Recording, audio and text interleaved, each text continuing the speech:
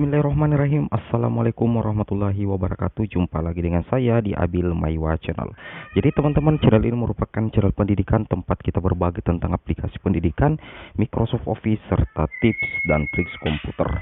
Jadi pada video kali ini kembali lagi admin akan berbagi sebuah video informasi terkait persiapan hari kedua untuk tes P3K guru, terutama untuk teman-teman guru sekolah dasar. Jadi di video kali ini kembali lagi kami akan membahas tentang soal kompetensi teknis P3K guru tahap kedua, rangkuman materi terbaik hari pertama. Ini untuk persiapan hari kedua sebagai salah satu strategi bagi teman-teman guru honorer untuk bisa lolos menjadi ASN P3K di tahun ini. Oke, tanpa berbasa-basi lagi kita langsung saja ke videonya.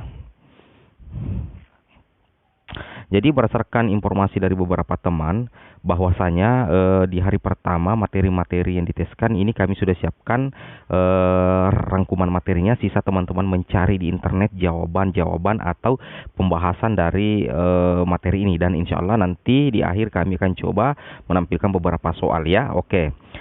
Kemudian yang pertama itu teman-teman pelajari lambang Pancasila. Jadi termasuk lambang Pancasila, makna dari setiap lambang Pancasila dan Garuda Pancasila, seperti itu teman-teman ya. Banyak sekali sudah beredar ya terkait materi ini. Pasti masuk di tahap yang kedua ya, terutama di hari pertama dan hari kedua.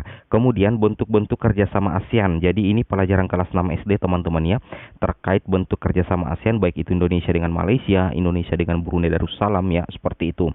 Kemudian ada paragraf, narasi, eksposisi, argumen, dan lain-lain. Di video sebelumnya kami sudah sempat memberikan soalnya untuk poin ketiga ini ya, terkait paragraf, narasi, eksposisi, argumen, dan lain-lain. Teman-teman wajib memahami apa itu eksposisi, apa itu argumen, dan apa itu paragraf narasi. Kemudian yang kedua adalah ada namanya paragraf prosedur, kemudian rumah adat, pakaian adat, dan lagu daerah. Jadi teman-teman wajib menguasai itu terkait rumah adat, pakaian adat, lagu daerah ya. Jadi ada 34 provinsi, itu teman-teman kuasai semuanya teman-teman ya, atau minimal yang penting-penting untuk Papua itu yang dari Indonesia Timur, paling timur itu Papua, Sulawesi Selatan, kemudian Jawa ya, seperti itu, kemudian Sumatera yang sering masuk kemarin ya teman-teman ya.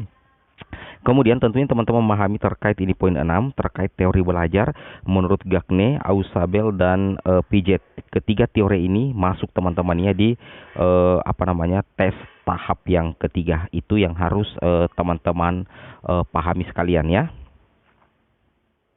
Kemudian kita lanjut lagi.